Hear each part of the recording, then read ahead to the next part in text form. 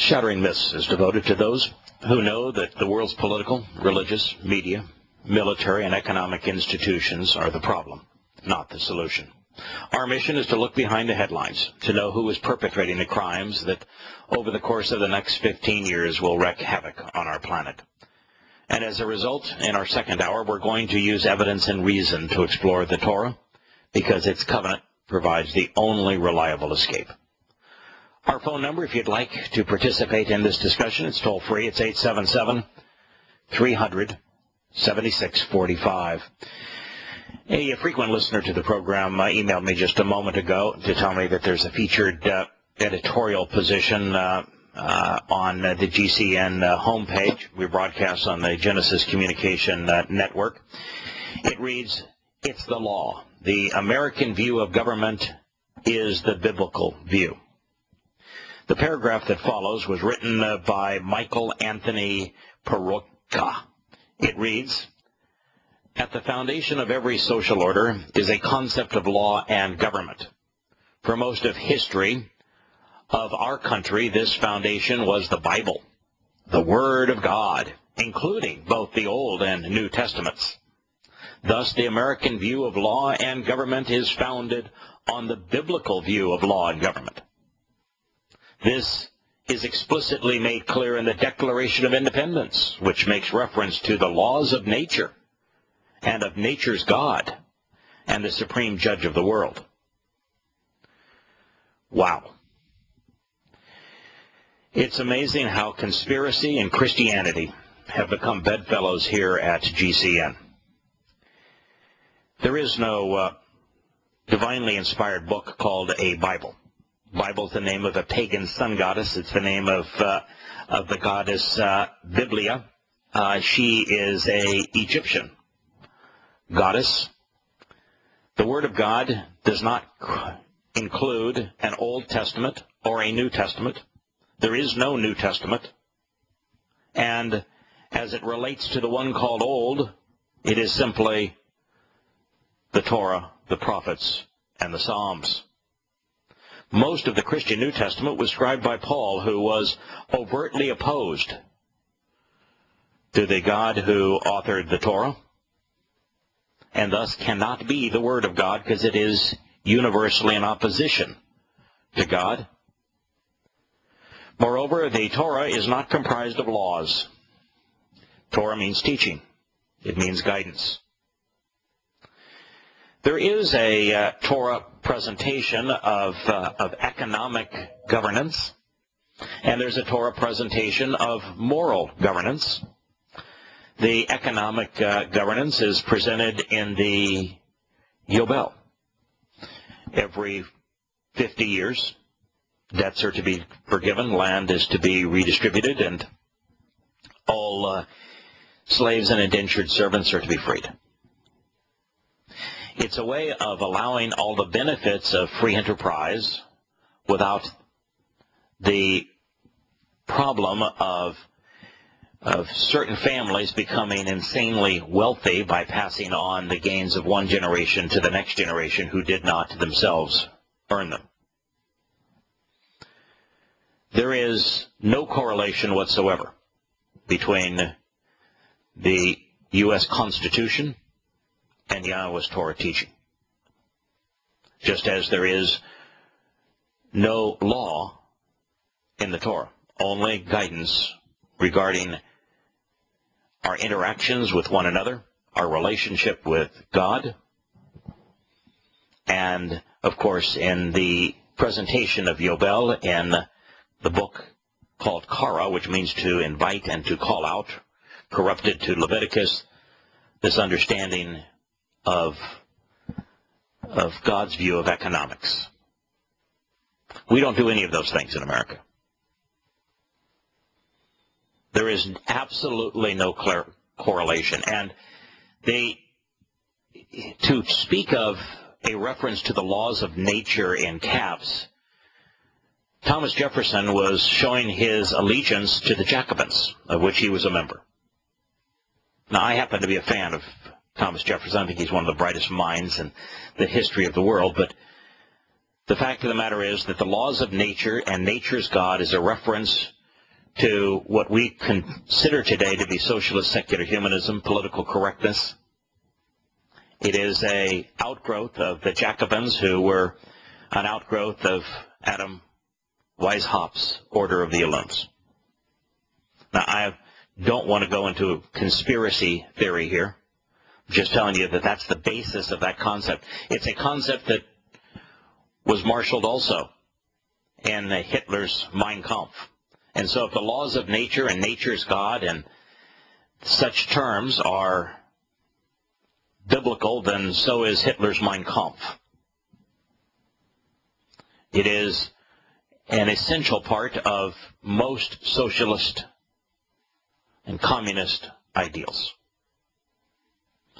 It is pathetic how misguided people are and how misguided people want to share their views and present their views as if they are profound truth. We're in a mess today because poorly informed, irrational people are communicating lies in a manner that presents them as being credible in hopes that people believe them. Last week there was news, just genuine excitement, with the President of the United States taking all credit for a lowering of unemployment claims. Well, this week we find that the Americans filing new claims for unemployment rose so sharply it's the largest weekly increase in over a year, and that the numbers from last week were understated. Initial claims for state unemployment benefits surged 68,000 to a seasonally adjusted 368,000. Our government is in the business of misleading. And this whole notion of who is unemployed has become a subject of myth, because you are not considered unemployed if you're not actively looking for a job. And so if somebody just says, I'm not looking for a job anymore, even though they're unemployed, they're not counted as unemployed. The fact is that of those Americans that are of the appropriate age and ability to work, it's only about half of them work, which means that 50% of Americans, just considering those Americans able to work, are actually working. The unemployment rate is actually 50%. Now, if you just consider Americans that don't work because they choose not to work, Americans that are underemployed, and Americans that are officially unemployed, the number is about 25 to 30%. The other thing that, of course, has made news here recently is unemployment benefits. Now imagine a government so warped that it would call unemployment a benefit. That you would have a benefit, a reward for being unemployed. So why would anybody ever want to look for a job? They're now constraining the amount of time to back to the more normal 6 months versus what has been in effect for now lasting over a year on unemployment benefits.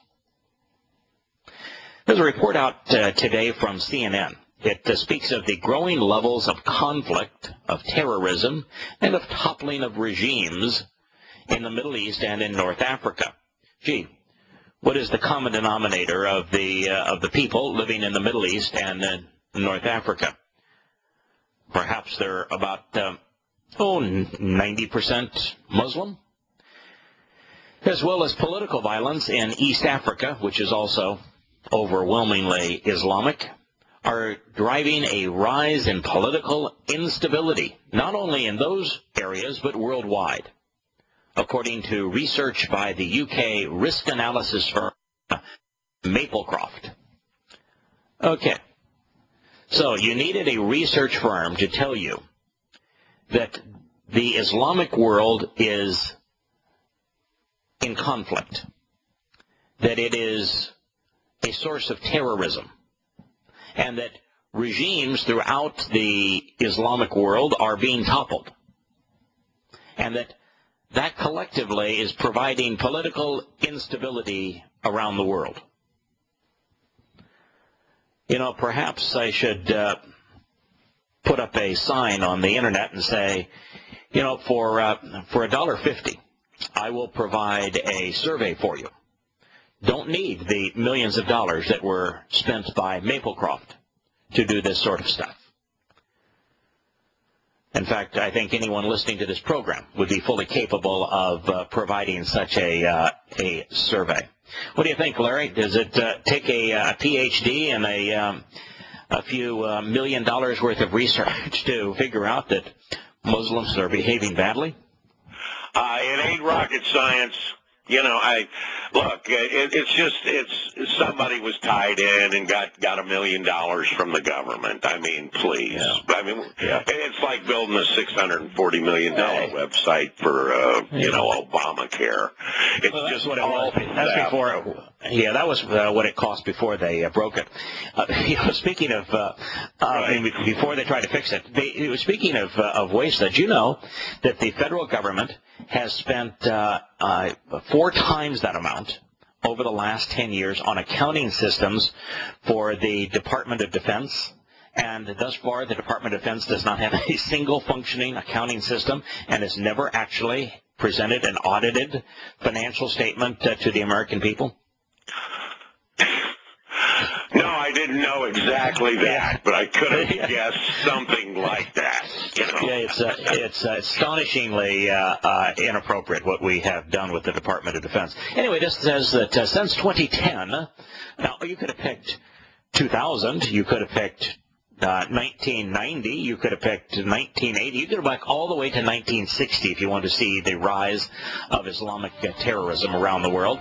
It says 1 in 10 countries surveyed have experienced a significant increase in the level of political risk. These risks include governments asserting control over natural resources, oh my, regimes being ousted by popular uprisings, and the exploitation of foreign investors' assets. And you say, OPEC?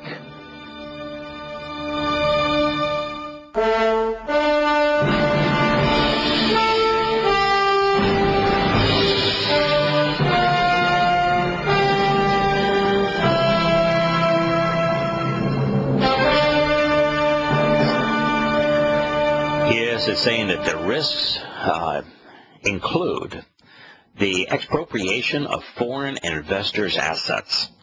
You know, Larry, about 5 or 6 years ago, I wrote a book called in fact, maybe even 7 or 8 years ago now, time flies, a book called The Islamic Terrorism Timeline. I wanted to find out, how we got into this position where Muslims were committing 99.9% of the terrorist acts worldwide. So I did a little survey. First, I went to the government to say, I want to do a survey here. Can you send me a few $1 billion so that it can be official? No, I didn't do that. I used the old interweb, as they say, and studied terrorist acts. I recorded every significant reported terrorist act worldwide, starting around 1960, and I grew weary of the project through about 2004. And what I found is that there's a direct correlation between the expropriation of foreign investors' assets in the Islamic countries that comprise OPEC, and the You've got to be kidding. And the exportation of Islamic terrorism. Islamic terrorism prior to OPEC was in the range of about 20% of terrorism worldwide, and it was almost universally perpetrated in Islamic countries. And then with OPEC, fundamentalist Islam is fueled. They provide the fuel for Islamic terrorism and the ability to export Islam's signature act worldwide. And as a direct result of OPEC and of governments working against the interest of their people and in the interest of the OPECers, we find that now 99.9% of terrorist acts worldwide are perpetrated by fundamentalist Muslims, and that they are fueled principally by the OPEC Islamic countries. Yeah, didn't even need a study to find that out. This goes on to say that the findings form a part of the latest Maplecroft Political Risk Atlas, which uses 52 indicators to help companies monitor political issues affecting the business environment in 197 countries. So it's a big operation there in the UK. Since 2010, Syria has deteriorated the most.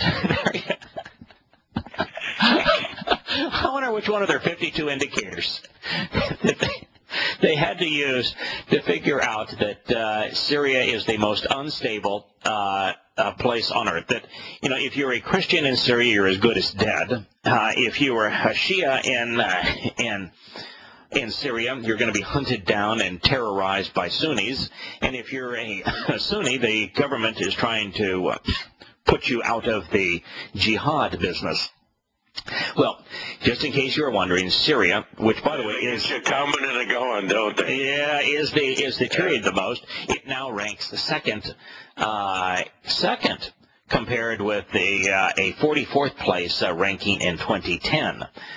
There is a country that ranked as being more unstable than Syria. It happens to be the country that Bill Clinton decided that he would encourage Americans to feed without any military cover. Yeah, that's got to rank Somalia. Yeah, Somalia. Yeah, there you go. Last time I checked. Yeah, do you think that Somalia is an Islamic country? Yes, it is. Oh, absolutely. Yeah. Okay. Now, you know what the third worst country is? It's the country that the United States, under King George II, went in to invade to provide democracy in the American way. Third most unstable country on earth. And we're there. And, yeah. Oh, yeah, we're still there, Afghanistan. Yeah, how lovely is that? Yeah. You know, one of the things that really upset me, I was, while we were spreading democracy over there, I read an article where a woman she was being given 200 lashes. Yeah. And after they gave this woman, they made her stay naked the whole time, by the way. Of course. Yeah. And they'd come in and they'd beat her. And it took them a week to give her 200 lashes to where she wouldn't die. But, they got to. And then after they got done, they took her out back and put a bullet in the back of her head. Oh, now, okay. I thought, and when did this occur? This is about a year ago.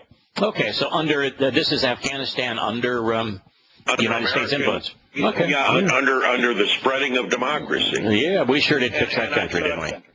Yeah, I thought to myself, why in the hell are we there?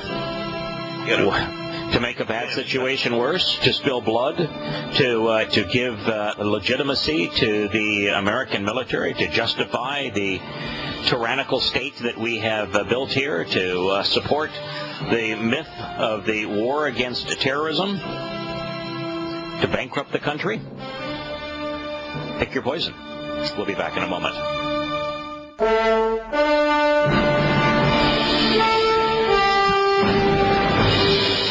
Welcome back to Shattering Myths.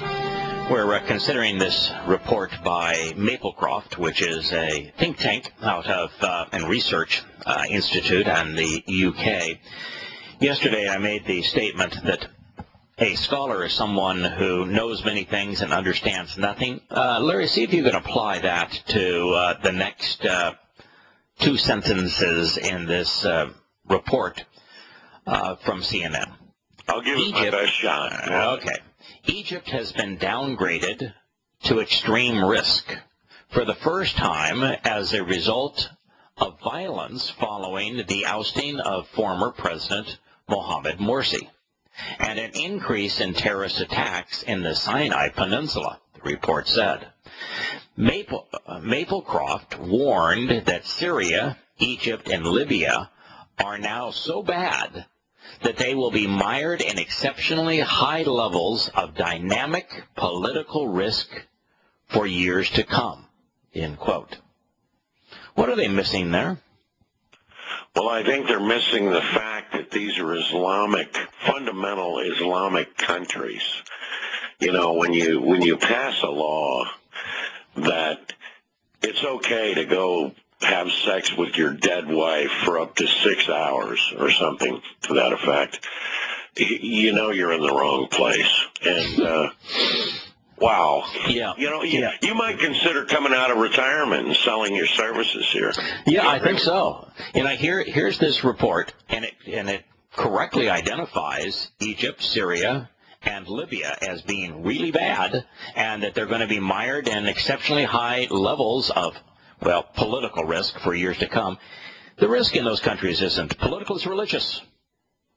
And what's happened in those countries is that they have all either gone from a secular government to a fundamentalist religious government, or they're in the process of doing so, or they have gone from secular to religious back to militaristic and are in a flux between those things. It's the problem here isn't politics.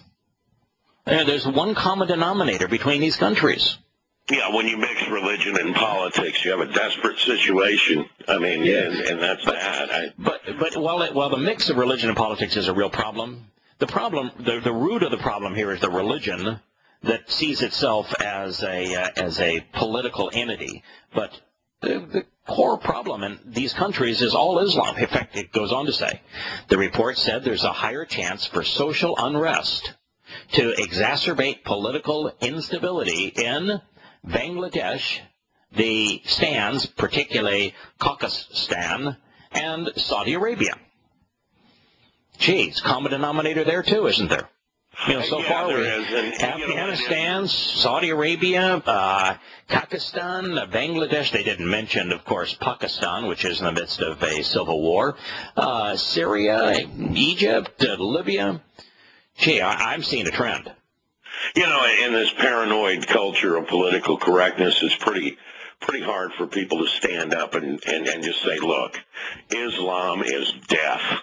It is. So many ways. It's destructive, it's delusional, and it is deadly. And it's gone on for thousands of years now, or right. since. It hasn't changed. No, and it's not going to change. That is correct. There is no, as bad as the Western oligarchs are, and they're bad. And they're bad. And they use these guys, too. Right. As corrupt and deceitful and deadly and damning as Christianity is. Yeah. And it's bad. Yeah, it's real bad. But it's hard to imagine selling slavery for, last 1,400 years. Yeah. The idea that being in religious submission and flat out slavery. Yeah. Now Maplecroft here. Years. Now Maplecroft's not going to mention religion. Their quote here is, quote, "This is due to the erosion of democratic freedoms, increasing crackdowns on political positions, and the brutality by security forces towards protesters, compounded by working conditions."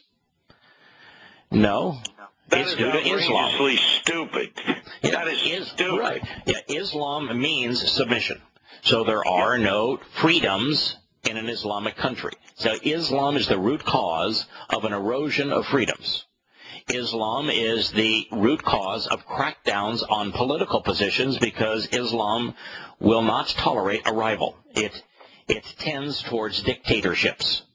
And brutality by security forces towards protesters is anyone who protests against an authority in an Islamic country is killed. Well, you know what happens there. They're protesting just like the Inquisitions, really. Yes. They're protesting. When they protest against the government, who are they protesting against? The religion, Allah. Well, they say it's God. All right. Yeah. So both sides claim God is on their term, but it's Allah. And also it says compounded by poor working conditions. The fact is, if you look at the most impoverished countries in the world, most of them are Islamic. Another concern for investors, the article read, is that there has been a major increase in opposition by governments, oppression, by governments worldwide. Yes, as Islam becomes more salaf, more fundamentalist, people's rights are suppressed. It is the, in fact, any time religion is empowered over people, including the religion and the worst religion of all, which is the religion of man, socialist secular humanism, there's an increase in oppression. And if you want to know what it's like to be oppressed, you should have done what I did and traveled through communist China 30 years ago.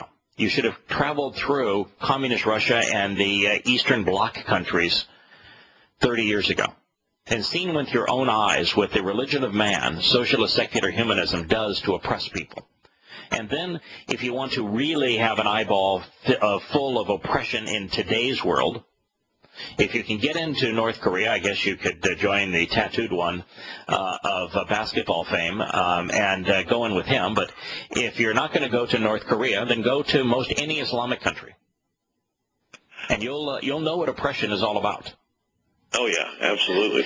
Now, this erosion of political freedoms, this is a quote, is central to driving the wider risk of unrest and instability in the medium to long term, said Charlotte Ingram, the senior political risk analyst for Maplecroft. So the erosion of political freedoms is the central cause of the deteriorating conditions in those countries which are all Islamic. It's not the rise of fundamentalist Islam. This woman can't see the tree, and her nose is on it. But that's just the astonishing nature of our world today. Most people are just plain old ignorant. They're just too apathetic to even care to know. And those who do know, who are paid to know, can't think. This person is right on top of one of the biggest problems in our world today and can't find the common denominator. Can't make the connection. It's astonishing. It's breathtakingly ignorant. Yeah. I don't know. In 2010, prior to the Arab Spring, now, not going to talk about the rise of fundamentalist Islam. We're going to talk about it as the Arab Spring. It says in 2010, prior to the Arab Spring, Libya, Tunisia, Iran, Syria, and Egypt. Do you think there's a common denominator among those countries too, right? And by the way, Arab is not the common denominator because Libya, Tunisia, and Iran are not Arab nations. That's right. Okay?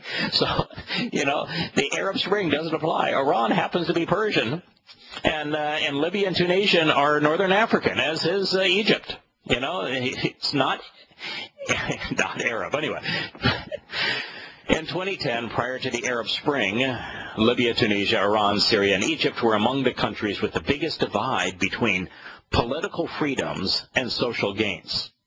So that is their primary criterion, a divide in their matrix between political freedoms and social gains. Not the rise of fundamentalist Islam, no, between political freedoms and social gains, if there's a divide between the two. Maplecroft predicts that the growing imbalance between social gains and political freedoms in Bahrain, Azerbaijan, and South Africa, which has a hugely increasing Islamic population, will heighten the risk of instability in those countries in 2014 and beyond. Yeah, we've had. Well, you better believe it, especially in SA. I mean, it's just insane over there. But that's. And the problem isn't the rise and the empowerment of fundamentalist Islam, something that Barack Hussein Obama played a significant role in doing. I mean, his speech in Cairo was really the impetus of all of this, where he spoke to Muslims saying it was their time, that the West owes them an apology, that they have the world's great religion, and they've changed the landscape of the world, and that the world was now theirs. Oh yeah, all the modern inventions. The car, the speedboat, the air conditioning, the indoor plumbing. These were all no doubt. In fact, you can't even attribute the algebra or the outside the wheel. It's over. Okay? Yeah. Well, None of it took place as a result of Islam, as you know. East African countries saw the biggest increase in the risk of political violence. This is because of the rise of fundamentalist Islam, not only in the Sudan and in Somalia, but it's their invasion of Kenya and Ethiopia as a result of the rise of Islamic terror in countries that are mostly Islamic. Here's an interesting thing I'd like to point out. I'm sure you know this. We paid $1 million, apparently the U.S. taxpayer did, to rewrite the Constitution of Kenya. And that was headed, by the way, by none other than the scumbag Desmond Tutu. Now, part of this new Constitution is that it is hate speech to say anything negative about Islam. There you go. Perfect. It says that... that was the Obama administration. Now, why would you or I go to work to have a Constitution rewritten that wouldn't allow anybody to speak the truth about Islam? Because we're being dictated to.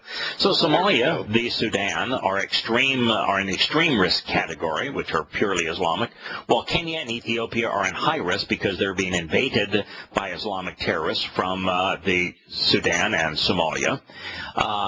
Eritrea, which has been taken over by fundamentalist Muslims. Tanzania, which is under attack by Muslims, and Mozambique also saw a change in their risk category. 3 years after the Arab Spring, more than 60% of countries in the Middle East and North Africa have seen a significant rise in political violence, demonstrating the long-term political risks associated with forced regime change, the report says. So the risk is, with forced regime change, even if it's by popular election, not by Islam.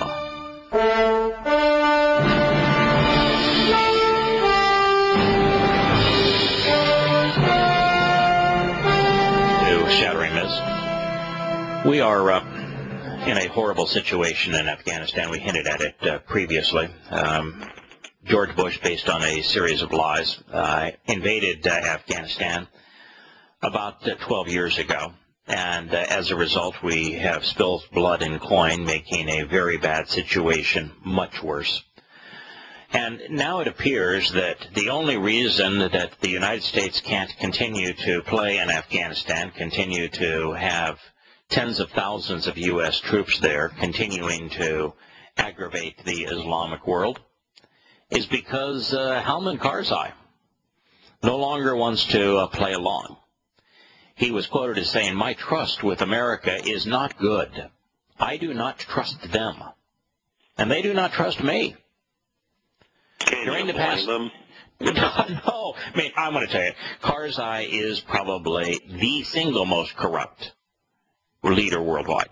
It's very much like what the United States did in Vietnam. Remember, we didn't like the puppet government. We didn't like the government of Vietnam, and so we started our own puppet government, and then that government became one of the most corrupt in the world. Well, we did the exact same thing in Afghanistan, and our puppet now, who has raped the country blind and stolen tens of billions of dollars from American taxpayers, is saying, the American government doesn't trust me.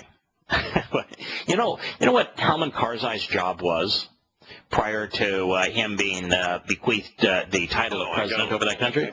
Well, he had migrated. He rose to political power, being the foreign secretary for the Taliban.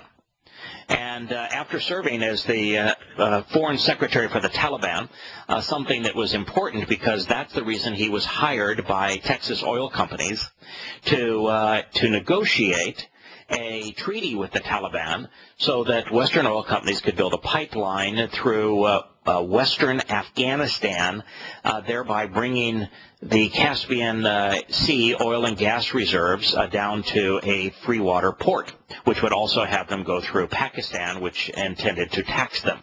And so that was his political background and economic background. He was an oil executive because he was a Taliban representative, and we can't figure out why this guy is untrustworthy.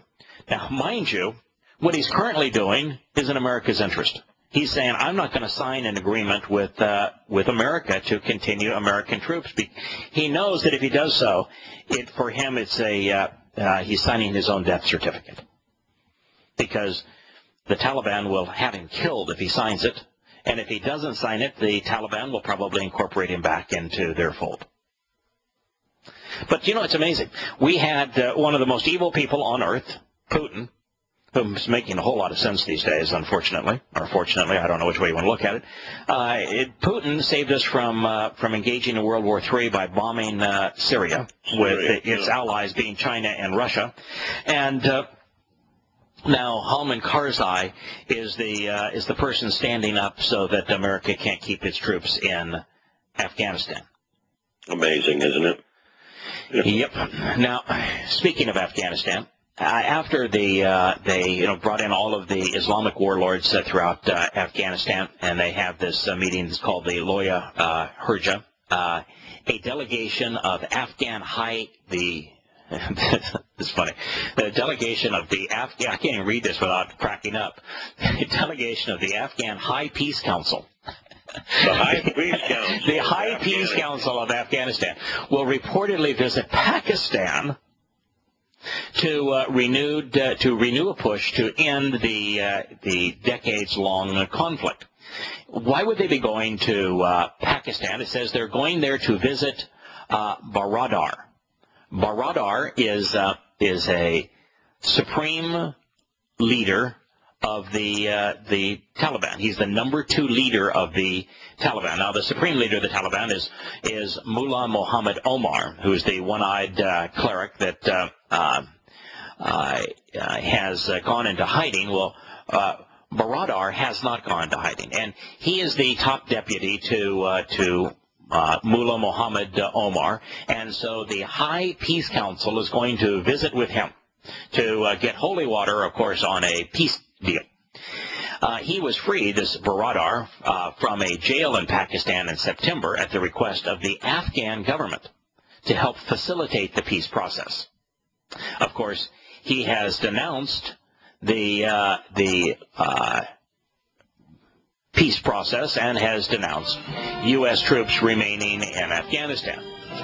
Now, in the world of Mullah Omar and Mullah Badar and many of the Taliban leaders, their path to peace is driven, according to the CNN report, by the power of religious visions and dreams. And we'll consider those dreams when we return to Shattering Myths in a moment.